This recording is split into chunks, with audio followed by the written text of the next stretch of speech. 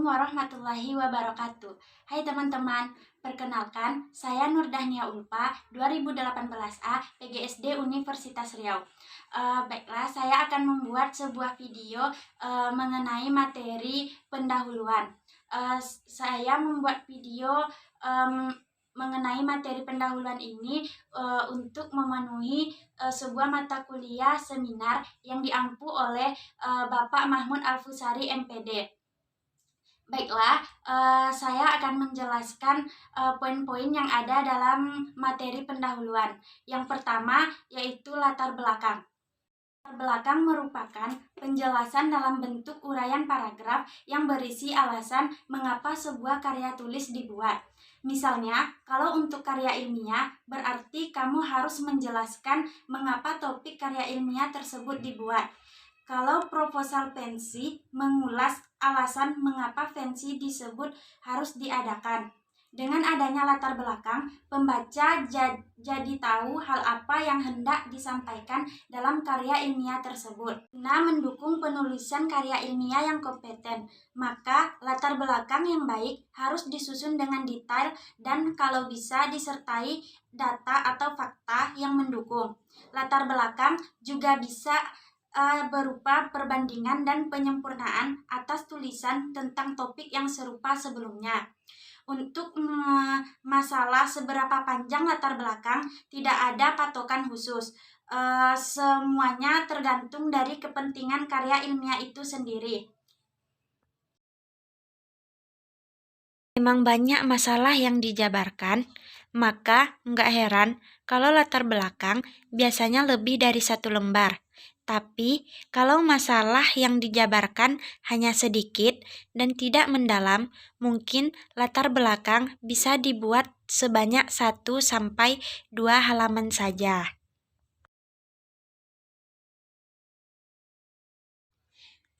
Cara membuat dan poin penting dalam latar belakang. Nah, biar latar belakang kamu nggak salah tulis, berikut ini ada beberapa poin penting yang harus kamu perhatikan ketika menulis latar belakang. Poin yang pertama, kondisi ideal tentang bagaimana seharusnya suatu keadaan berjalan bisa ditulis dalam bentuk visi dan misi yang hendak dicapai. Poin yang kedua, kondisi faktual tentang keadaan yang benar-benar terjadi saat ini. Bisa berupa masalah, sehingga menjadi dasar dibuatnya suatu penelitian atau kegiatan. Kamu bisa memberikan data atau fakta terkait supaya lebih kredibel. Poin yang ketiga, membahas penelitian yang sudah pernah dilakukan oleh peneliti, baik dari negara ataupun tempat lain, tentang topik terkait. Poin yang keempat, jika karya ilmiah kamu punya kelemahan, dalam latar belakanglah kamu harus menjelaskan kelemahan tersebut. Poin yang kelima, tujuan penelitian, di mana kamu membahas permasalahan karya ilmiah lebih detail dan dalam. Poin yang keenam, metode penelitian yang digunakan dalam karya ilmiah. Poin yang ketujuh, perumasan singkat mengenai pertanyaan penelitian. Poin yang kedelapan, solusi berupa saran singkat atau penawaran solusi terhadap masalah sebelum lanjut ke pokok pembahasan. Yang selanjutnya adalah alur dalam membuat latar belakang. Biar kamu nggak pusing pada saat membuat latar belakang, penulis latar di belakang dibagi ke dalam 3 bagian, tapi masih dalam satu bab. Bagian pertama adalah di mana kamu menjelaskan tentang masalah yang akan diangkat. Kemudian, bagian kedua adalah penjelasan mengenai isi yang berupa fakta, data, fenomena, dan pendapat ahli terkait karya ilmiah kamu. Di sini, kamu akan menjelaskan pula kelemahan penelitian, tujuan, metode, dan pertanyaan penelitian. Kemudian, bagian terakhir, berupa saran atau alternatif penyelesaian masalah yang nantinya akan jadi pokok pembahasan dalam karya ilmiah kamu. Contoh latar belakang. Kuip harian biar belajarnya afdol. Yuk kita simak beberapa contoh latar belakang berikut ini. Yang pertama, contoh latar belakang ilmiah yang memiliki judul Solusi untuk Mengatasi Limbah. Limbah merupakan zat sisa yang sudah tak berguna dan harus dibuang. Begitu banyak limbah yang ada di sekeliling kita, misalnya limbah dari pabrik, rumah sakit, rumah tanah, dan lain-lainnya. Bentuk limbah pun bermacam-macam. Ada yang padat, cair, bahkan gas. Semua limbah ini harus dibuang karena sudah tidak punya fungsi lagi. Sebab seperti apapun bentuk dan jenisnya, limbah berpotensi paling besar untuk mencemari lingkungan. Ini sudah pasti memberikan dampak kurang bagus bagi lingkungan, baik dari segi kesehatan maupun kenyamanan bersama. Misalnya, lingkungan jadi kurang nyaman, makhluk hidup seperti ikan ikut mati, kesehatan banyak orang yang jadi sesak nafas atau asma karena limbah gas, dan lapisan ozon menipis. Untuk itu, solusi apa yang bisa dilakukan untuk mengatasi limbah ini? Pemerintah perlu mengeluarkan solusi yang bisa mengatasi limbah padat, cair maupun gas, agar pencemaran lingkungan bisa terhentikan. Dengan adanya solusi penanganan limbah ini, diharapkan lingkungan sekitar bisa membaik, sehingga semua makhluk hidup termasuk manusia bisa diselamatkan. Contoh latar belakang proposal yang kedua, judulnya Proposal Kegiatan 17 Agustus di Desa Cantiga. Momen 17 Agustus merupakan momen yang paling dinanti bagi seluruh warga Indonesia, tak terkecuali warga Desa Cantiga. Sebab pada tanggal ini kita memperingati Hari Kemerdekaan Republik Indonesia. Untuk itulah sudah sepatutnya kita bangga dan berbahagia menyambut hari bersejahtera tersebut. Untuk itulah sudah sewajarnya warga Desa Cantiga membuat acara untuk memeriahkan momen bahagia ini. Terlebih, setiap tahunnya warga Desa Cantiga memang aktif berpartisipasi membuat acara kemerdekaan.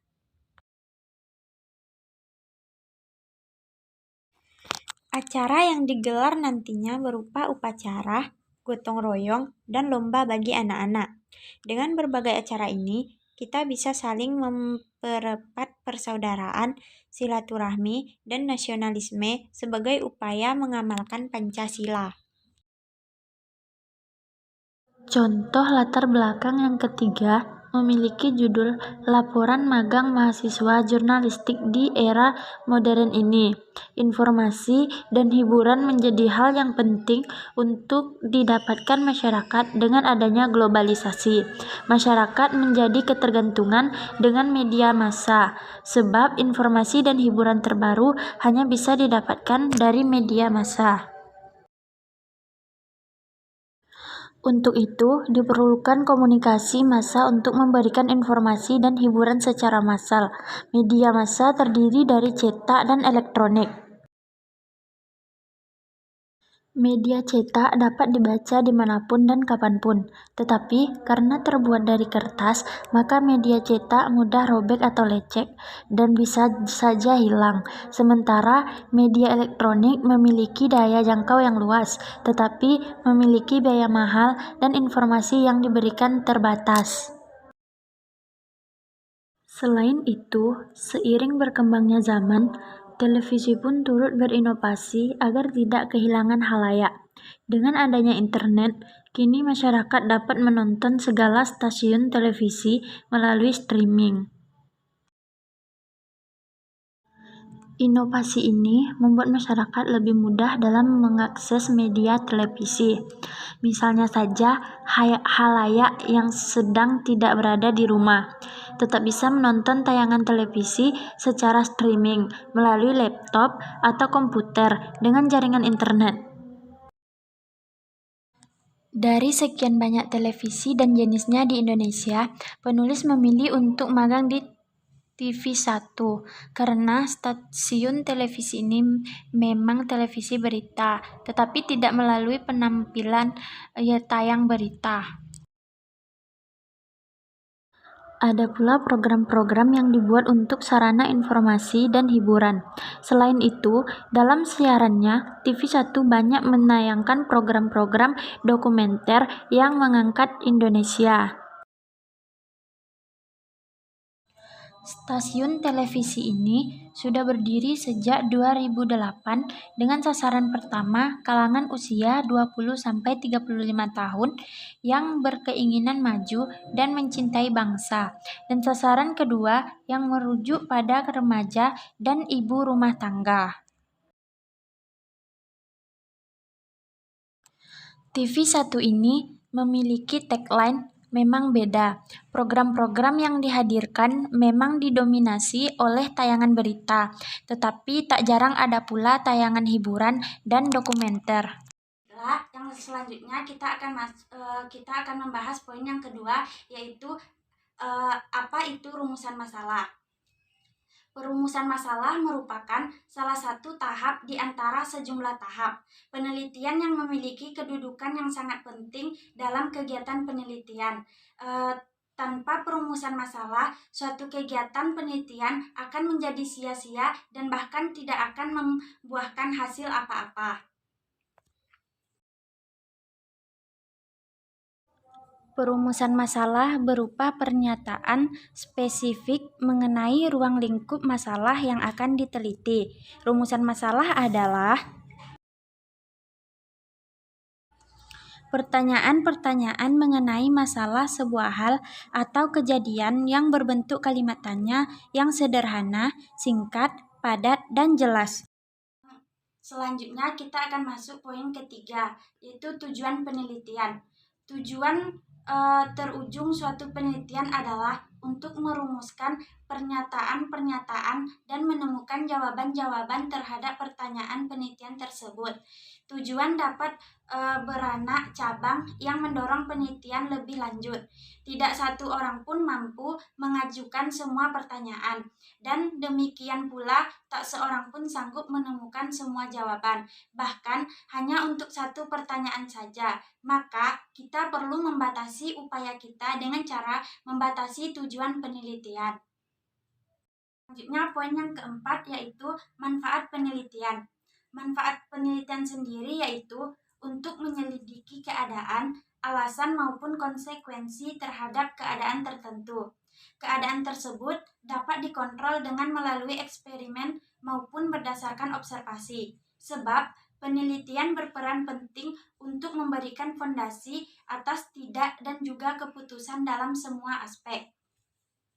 Baiklah, sampai di sini video penjelasan saya tentang materi pendahuluan. Lebih dan kurang saya mohon maaf. Semoga bermanfaat bagi kita semua. Assalamualaikum warahmatullahi wabarakatuh.